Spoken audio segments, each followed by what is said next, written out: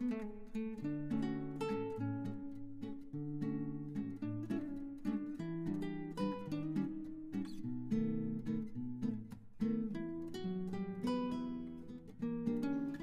Morning everyone, আমি সৌমি আর আমার চ্যানেলের আরও একটি নতুন ব্লগে আপনাদের সবাইকে স্বাগত। আজকে বুধবার, ঘড়িতে এখন কী জানি কটা বাজে, মেবি 7:30 এরম টাইপেরই কিছু একটা হবে। তো সকালে সমস্ত কাজকর্ম কমপ্লিট করে সোজা চলে গিয়েছিলাম ঠাকুর ঘরে। তো পুজো দিয়ে নেমে এসে আর সকালে আমি গাছে জলও দিয়ে নিয়েছিলাম। দুদিন ধরে খুব রোদ উঠছে, তো গাছের তো জল দিতেই হবে। আর তাছাড়াও কদিন খুব আনন্দে ছিলাম যে বৃষ্টি হচ্ছে আর গাছে জল দিতে হচ্ছে না, কারণ আমাকে তো জলটা তুলে দিতে হয়। সেজন্য আমি আর গাছ বসাতে তো ভীষণ ভালোবাসি, কোনো লোভটাই সামলাতে পারি না। তো গাছে জল দেওয়া, পুজো সমস্ত কিছু কমপ্লিট করে আমি নিচে এসে ক্লান্ত হয়ে শুয়ে পড়েছি। আর ভালো লাগছিল না। হঠাৎ দেখলাম কোমরটাও হালকা হালকা ব্যথা। কদিন ধরে যেন অসুস্থতা পিছন আর ছাড়ছে না।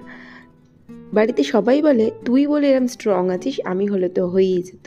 অ্যাকচুয়ালি সন্ধ্যার পর থেকে শরীরটা খুব ক্লান্ত হয়ে যায় আবার। তো এদিকে নিচে নেমে আমি নিজের জন্য একটুখানি কফি করলাম, কারণ কফিটা আমার সত্যি কথা বলতে গেছে ফুরিয়ে। তবে বাবুই ভালোবাসে কফি খেতে, ব্ল্যাক কফি। তো ও দুখানা পাতা কিনে নিয়ে চলে এসেছিলো নিজের থেকেই। তো ও পাতা কিনে নিয়ে এসেছিলো বলে আমারও তাহলে একটুখানি খাওয়া হয় এই আর কি। তমালকে তো আমি বলতেই ভুলে যাচ্ছি, কিছুতেই মনে থাকছে না। আর আমার মাসকাবাড়ি বাজারের লিস্ট আমি করতে, সেটাও মানে আমার মনে থাকছে না, ওটা ইমিডিয়েট করতে হবে, কারণ অনেক দিনই হয়ে গেছে। তো এদিকে আমি নিজের জন্য 1 কাপ কফি করে নিচ্ছি, মানে কি নিলামই। আর ওদিকে বসিয়েছি আমি দুধটা বাবুয়ের জন্য ইন্ডাকশানে।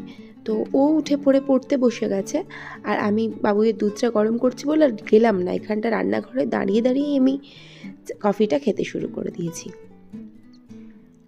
তো এই কাপটা না আমার খুব প্রিয়, এই কালারের এই রঙটা আমার ভীষণ ভালো লাগে। আর এই পেয়ালা টাইপের কাপ আমার সবচাইতে ভালো লাগে। কিন্তু আমি দুঃখের বিষয় একটাই কালেক্ট করতে পেরেছিলাম, মানে দোকান থেকে, মানে আমি দোকানের গোডাউন হাতরে এই কাপগুলো কিনে নিয়ে এসেছিলাম, তার মধ্যে এইটা খুব প্রিয় ছিল আমার। তো এদিকে বাবুয়ের দুধটাও আমি দাঁড়িয়ে গরম করে নিচ্ছিলাম। তো গরম হয়ে যেতে আমি ঢাকা দিয়ে দিলাম, আর দিয়ে আমি বাবুর সাথে খানিকক্ষণ কথা বললাম। তারপর ও বললো যে মাম্মা আমার পেয়েছে জোর খিদে, আপনি আমায় খেতে দিয়ে দিন। তো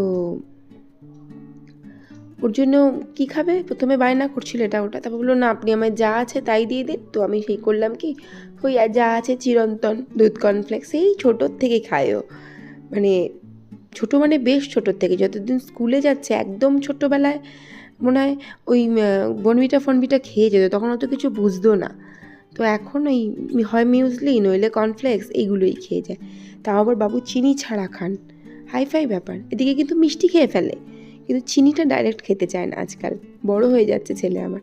তো আবার কিছু জ্যাগেরি পাউডারেরও অর্ডার দিয়েছি, সেটা এখনও আজকে আসার কথা ছিল, আমি জানি না কেন আজকে আসেনি পাউডারটা। তো আমি তো যেহেতু খুব বেশি গরম পড়েছে, মানে গরম আর বর্ষা, আমি কোনোভাবেই ছাদে জামা কাপড় মেলি না। মানে একান্ত প্রয়োজন হলে চাদরটা একটু মেলি, তাও আধ ঘন্টাও রাখি না, আমি তুলে নিয়ে চলে আসি। আর যা মেলার সবই ব্যালকনিতে মেলি, কারণ হচ্ছে গিয়ে আমি কোনোভাবেই আমার জামা কাপড়ের রং চটাতে চাই না। মানে শীতের রোদটা তবুও মেনে নেওয়া যায়, ঘন্টাখানেক থাকার পর বা ঘন্টা দেড়েক থাকার পর তুলে নিলে কাজে আসে।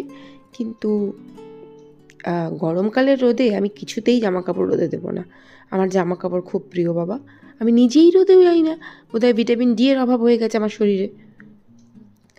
তো যাই হোক, আজকে না হয়েছে এক সমস্যা। তমাল অনেক সকালে আজকে বেরিয়ে গিয়েছিল, আর এদিকে আমার ঘরে জাস্ট 3টে আলু ছিল।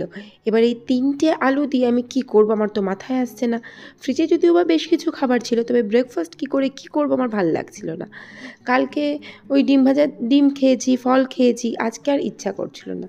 তো বাবুইকে বললাম বাবা তুই আজকে যা তো, বাইরে থেকে কিছু ব্রেকফাস্ট করবো, সেটা কিনে নিয়ে আয়। তো আমি বলেছিলাম তুই রুটি নিয়ে আসবি, ও কী করেছে 2টো লুচি কিনে নিয়ে এসছে। যা রাগ ধরলো না, আমি তোকে কি আমি লুচি করে দিই না, সেই লুচি হোক পুরি হোক কিনে নিয়ে এসছে। খেতে কিন্তু লুচিগুলো খারাপ না, তো আমি খাবো কেন, শুকনো রুটি খাওয়া ভালো। তো আমি আর বাবুই দুজনে মিলে ব্রেকফাস্টটা কমপ্লিট করলাম।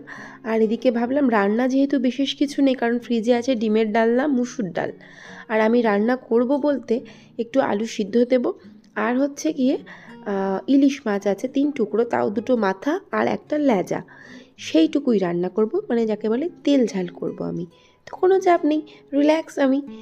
তো এদিকে আমি করলাম কি, বাসন কিছু পড়েছিল, অল্প কিছুই বাসন পড়েছিল, যে বাসনগুলো গুছিয়ে আমি মেজে নিলাম। কেন পরপর না কাজ করলে, মানে এটা ফেলে যদি আমি অন্য কাজ করতে যাই না, পুরো ব্যাপারটাই হজপজ হয়ে যাবে। আর আগে এখানটা সুন্দর করে গুছিয়ে নিই, রান্নাঘরের কাজগুলো সুন্দর করে কমপ্লিট করি, দিয়ে আমি ঘরে আবার অন্য কাজ করতে দৌড়াবো। এদিকে হালকা কোমরটা ব্যথা করছিল, আর এদিকে দেখলাম বাবুই কী করছিল, পড়ছিল। ওর ল্যাপটপে কিছু পড়া থাকে, মানে কিছু অনলাইন ক্লাস থাকে, যেগুলোও করছিল।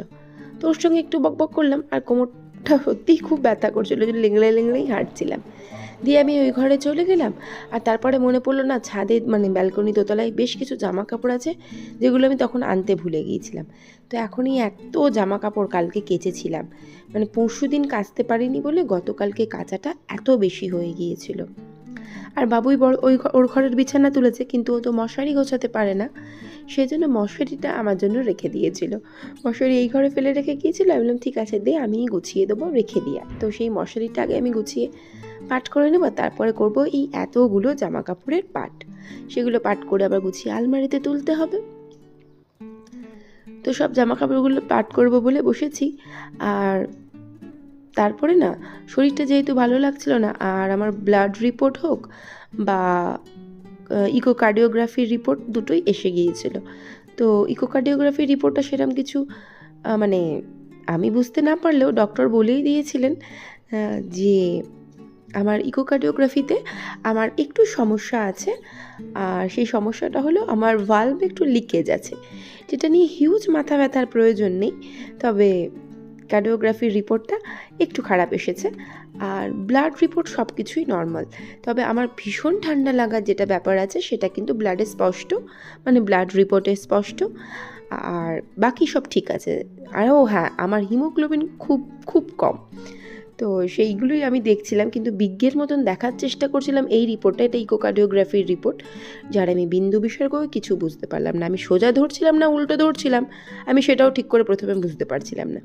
তো রিপোর্টগুলো সব দেখছিলাম, যদিও এখনও রিপোর্টগুলো নিয়ে ডক্টরের সামনে প্রেজেন্ট করা হয়নি। মানে আমি রিপোর্টগুলো দেখে মানে আমি বলতে পারছি ব্যাপারটা কি হয়েছে, কারণ আমাকে যিনি ইকোকার্ডিওগ্রাফ করছিলেন তিনি আমাকে বলে দিয়েছিলেন, আর ব্লাড রিপোর্টটা আমি আমার এক দিদিভাইকে দিয়ে দেখে নিয়েছিলাম। আর আমার ছেলেও আমাকে বলেছিল যে মামা আপনার এই ব্লাড রিপোর্ট এসেছে, থাইরয়েডটা মানে নেই, নেগেটিভ বলে আমি খুব খুশি। নইলে বলবে আমাকে এটা খেতে নেই আর ওটা খেতে নেই, এই খেতে নেই করলেই না আমার কান্না পেয়ে যায়। তো এদিকে আমি বকবক করতে করতে ওইদিকে সমস্ত কাজকর্ম করে নিলাম, আর সোজা চলে এলাম রান্নাঘরে। আর এই যে তখন বললাম না, রান্নাঘরে আমার খুব কিছু আছে, কাজের চাপ নেই, আমি একদম রিল্যাক্স, আমার ছেলে বলবে চিল্যাক্স, সেই অবস্থাতে আছি। তো একদিকে ভাত বসিয়ে দিয়েছিলাম, আর এখন এই ফ্রাই প্যানটা হয়েছে আমার ভীষণ প্রিয়। তো ওই ফ্রাই প্যানের মধ্যেই আমি মাছটাও বসিয়ে দিলাম, মাছের জাস্ট তেল ঝাল, কোনো ঝামেলা নেই, বাস এইটুকুই রান্না করব। তো ওদিকে মাছটা ভাজতে দিয়ে এদিকে আমার ভাতটাও কিন্তু কমপ্লিট হয়ে গিয়েছিলো, কারণ অলরেডি ভাতটা একবার ফুটিয়ে নিয়েছিলাম আমি। তো ওইদিকে ভাতটাও আমি উপর দিয়ে নেব, আর তারপরে মাছটা যেহেতু তেল ঝাল করব, বিশেষ কিছুই নয়, ওই তেলের মধ্যে একটু শুকনো লঙ্কা দিয়ে দেবো, আর একটা শুকনো লঙ্কা, কাঁচা লঙ্কা, কালো জিরে, এইগুলো দিয়ে, আর লঙ্কা হলুদ দিয়ে একটু লবণ চিনি সামান্য দিয়ে একটু নাড়াচাড়া করে জল ঢেলে দেবো, আর মাছগুলো দিয়ে ফুটিয়ে নেব। এটাই ছিল এর রেসিপি, আর কিছুই না, একদম সিম্পল। তো এই বলে আমি এই রান্নাটা বসিয়ে দিলাম, আর মশলাগুলো এক এক করে দিয়ে দেওয়ার পর আমি জল ঢেলে দেবো, ব্যাস।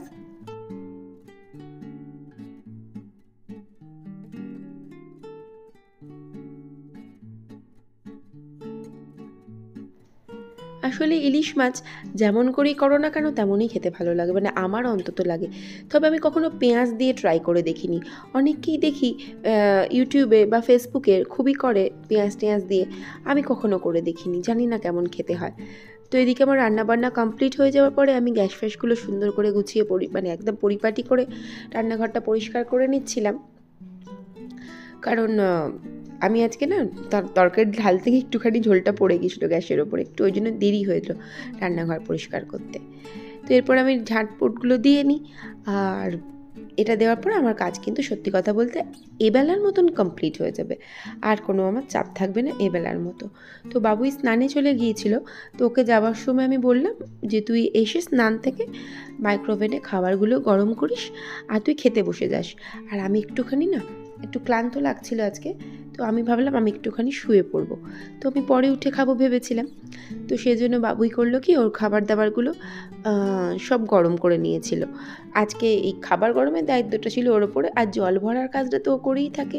কিছুদিন যাবৎ বদমাইশি করছিল বটে, তো এখন আবার লক্ষ্মী বাচ্চা হয়ে কাজটা করছে। তো খাবারগুলো ওই ডাইনিং টেবিলে সব এক এক করে নিয়ে আসছিল। ভাতটা মনে হয় আমিই রেখে গিয়েছিলাম ডাইনিং টেবিলে, তো ও খেতে বসে গিয়েছিল। আর বাবুইকে না আমি অনেক ছোটোর থেকেই নিজের কাজগুলো করা শিখিয়েছি। ও পারে, নিজে নিয়ে খেতে পারে, নিজের বাসনটা মাজতে পারে। তো যাই হোক, ব্লগটা আমি আজকে এখানেই শেষ করলাম। ভালো লাগলে প্লিজ পাশে থাকবেন। ভিডিওটা দেখার জন্য থ্যাংক ইউ সো মাচ।